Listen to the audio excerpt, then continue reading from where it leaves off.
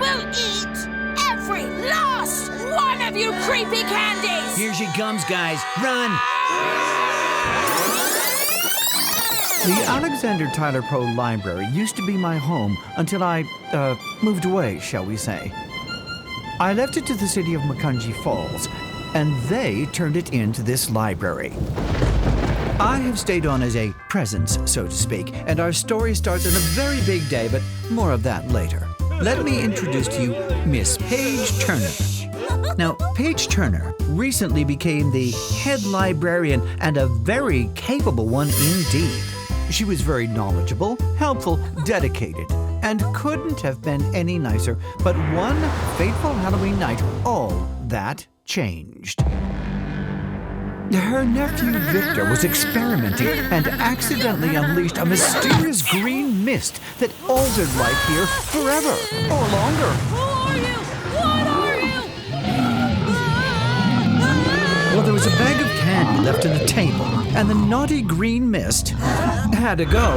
And guess what happened? The candies came alive!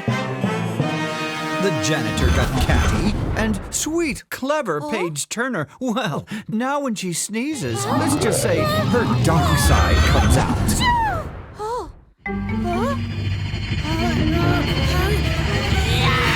A bit scary, huh? Now, the only way for her to return to her sweet self is if she eats something sweet. Unfortunately for the creepy candies, they are ever-present sweets in Paige's life and always available for her to eat. So you can see the issue. Candy!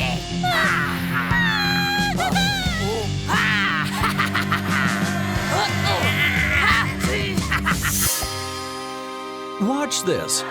Talk about a sweet solution. Oh dear, I must have Mr. Finkel vacuum up these crumbs. A neat and tidy library is a happy library, Paige.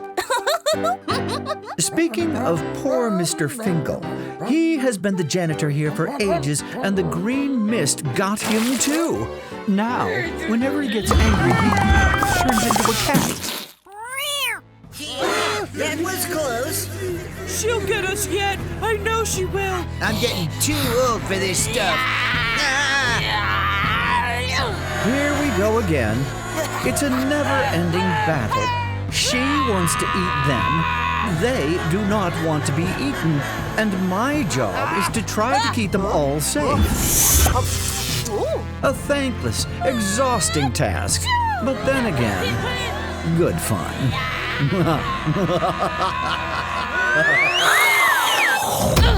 Oh, she cracks me up. So, welcome to the wild, weird, wonderful world of creepy candy. Okay, guys, picture time. Smile for the camera. 1, 2, 3. Candy! It was a cold, snowy winter's night at the old Alexander Tyler Poe Library, and the creepy candies were huddled together, trying to stay warm.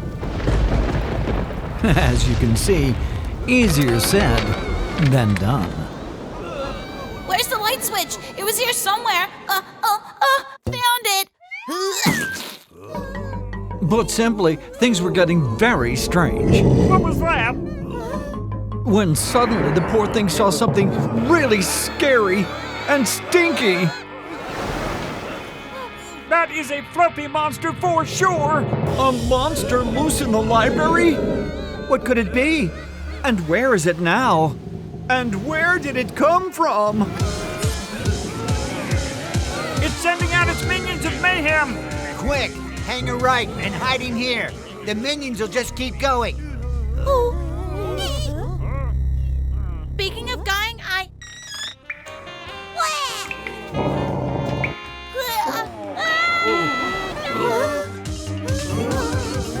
Well, the hairy, stinky monster started doing hairy, stinky monster stuff, and the candies didn't like it at all.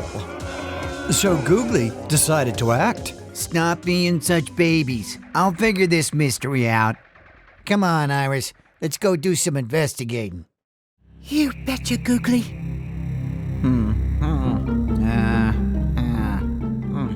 Uh-huh. our first clue. What does it mean, Googly?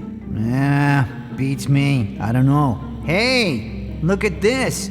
Another clue, Iris. What does this one mean, Googly? Stop asking so many questions, will ya? I'm trying to concentrate. Careful, there's something in the trash can. Exciting. Well, that rabbit hole quickly got filled in. Meanwhile, Sarah was taking charge. And that's all there is to it. Yay! Snip, snip, snip. We've got the cookies and we baited the trap.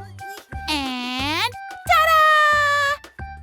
What is it, Sarah? It's called Operation Monster Grab. Let's go. Now we wait. Oh no! It's already here and it smells worse than dog burp. Okay, Sticky. 1, 2, 3. Be brave. Oh.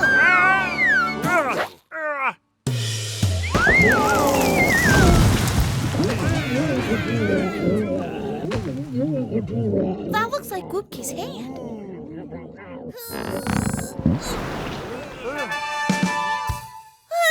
It's Goopke! Come on, guys! Let's help! Dust away! Spruce ups are so good.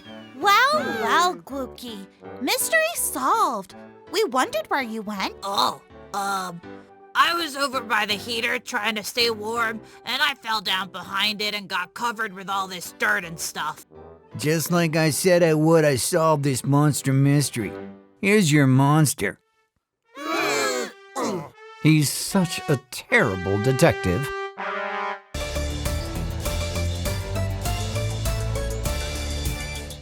Another Halloween night at the Alexander Tyler Poe Library in Macungie Falls. Feeling the spirit, the creepy candy decide to trick and not treat poor old Mr. Finkel, the janitor. I say we trick poor old Finkel. I agree. Let's dress him up for Halloween. Yeah, as a scary monster. Ooh, scary monster. Let's do this. Come on. I think this ought to do it.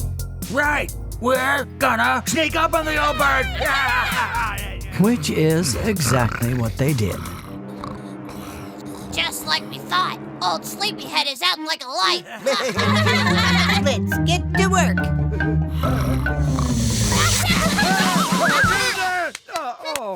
This is going to be so much fun. Meanwhile, at the front desk. A package for maintenance? Just over there. Ask Mr. Finkel. I'm sure he can help you. Thank you, ma'am.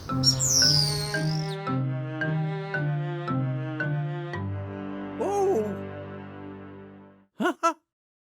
Excuse me, sir. What?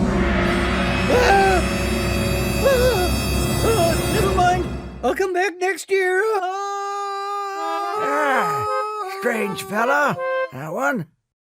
Look,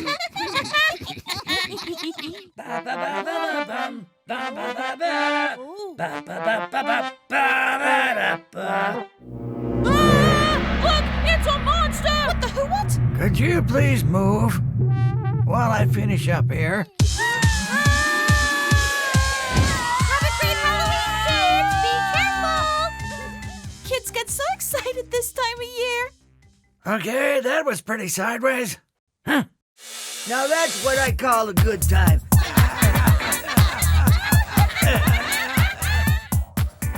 Mr. Finkel, could you come here for a moment, please? What can I do you for, Paige?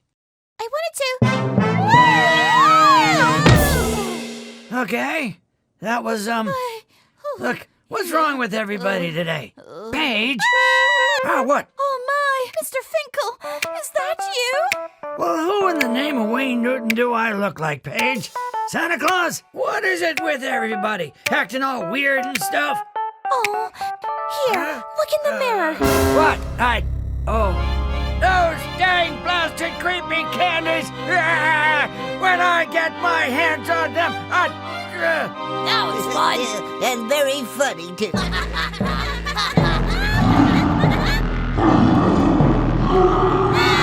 She's back!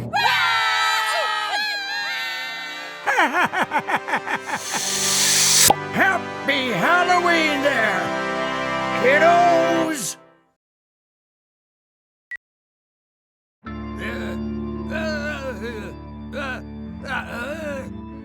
Howdy hey! It seems Buck has had a nightmare about being bitten by a vampire bat. He woke up with a toothache and was convinced he was turning into a vampire. Ow! My tooth! I'm gonna turn into a vampire when the moon comes out! Of course, the other candies tried to tell him that it was just a dream, but Buck refused to believe them, so they asked Victor and Cece for help. It was just a dream, Buck. Yeah, everybody knows that vampires aren't real. Are you guys paying attention to anything around here?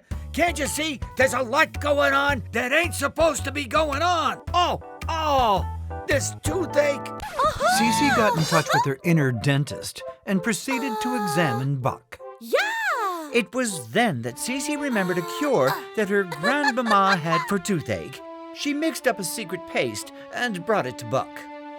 Here, Buck, let me put this on your tooth. It's garlic. It'll help. Wow, I thought you loved your garlic. I usually do, but I'm not feeling it today. Here, have a drink of water. That might help. Thanks a lot, but... I do not drink water! Hey, where are you going, Buck? I'm gonna go and take a nap under the heater with Groupke. That sun is giving me a headache. I heard what you were saying, Buck. Vampires are made up. They're not real. I don't know. I'm not sure. It's all in your head. You're worrying over nothing. I'm telling you, Groupke, I've got a toothache 'cause I'm growing fangs. Look! I don't see anything. I got an idea. Here, look at this mirror. There's no reflection. I'm a vampire. I'm a vampire. Sorry. I'm a vampire. The candy, noticing Buck's strange behavior, were starting to wonder if Buck may indeed be turning into a vampire. So they nervously started barricading the entrance to their home and settled down for the night as the full moon rose. As luck would have it, a hapless little bat chose that night to accidentally get shut in the library. Victor noticed. Buck's back. It's true. He's a vampire. It was at this point that I decided to step up to bat. See what I did there? And help the little lady on her way. So I opened the window and off she flew. Hey, my toothache is gone. I'm not a vampire after all. Wait till I tell the guys, said Buck. Hey, guess what? Hey, what'd I say? Guys? Hey, guys. There's only one way to start this story, and that's at the start. One day, a strange kid was checking out a strange book, and he left something strange behind. It bounced across the floor of the library and scared our friends witless, which is how this strange story started. It certainly is unusual. Yeah. It might be some kind of seed. Buzz, being Buzz, took the seed home to plant it. I'm gonna plant it. And plant it he did. He watered it before bed. He watered it when he woke up in the morning. And after all that effort, absolutely nothing happened. Well, time trudged on until one morning, it happened. The seed began to sprout. And our plot began to bloom. Howdy, hey! Aw, you're so sweet. I'll call you Ruby. That's such a lovely name. Buzz tenderly cared for Ruby, and Ruby grew quickly. However, when the others came near to Buzz, Ruby snapped at them. Well, you can see which way this is going. As Ruby grew, Buzz started feeding her donuts that he borrowed from Paige's office. She's getting very large and aggressive. Yeah, she's getting real mean, too. Ruby was hungry, always. In fact, one day Sticky wandered too close to Ruby, and Ruby snatched him up and began sucking on his hand. Ruby, no! Whee-hoo, that was close. You take this botanical beast elsewhere. No, don't pay attention to them, Ruby. Daddy's gonna make it okay.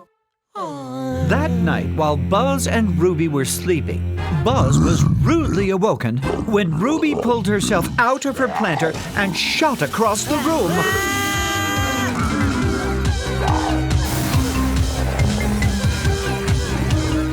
Clearly, this was not working out. Ruby, please, stop!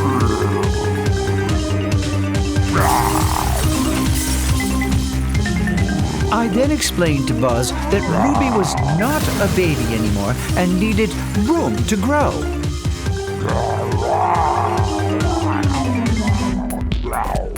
Ruby was too aggressive even for me, so I tied her up. And off to the wider world we went. Bye-bye, Dada. Bye. It's for the best. You'll see. Howdy, hey, guys. Can I have a puppy? No. The end. Or is it?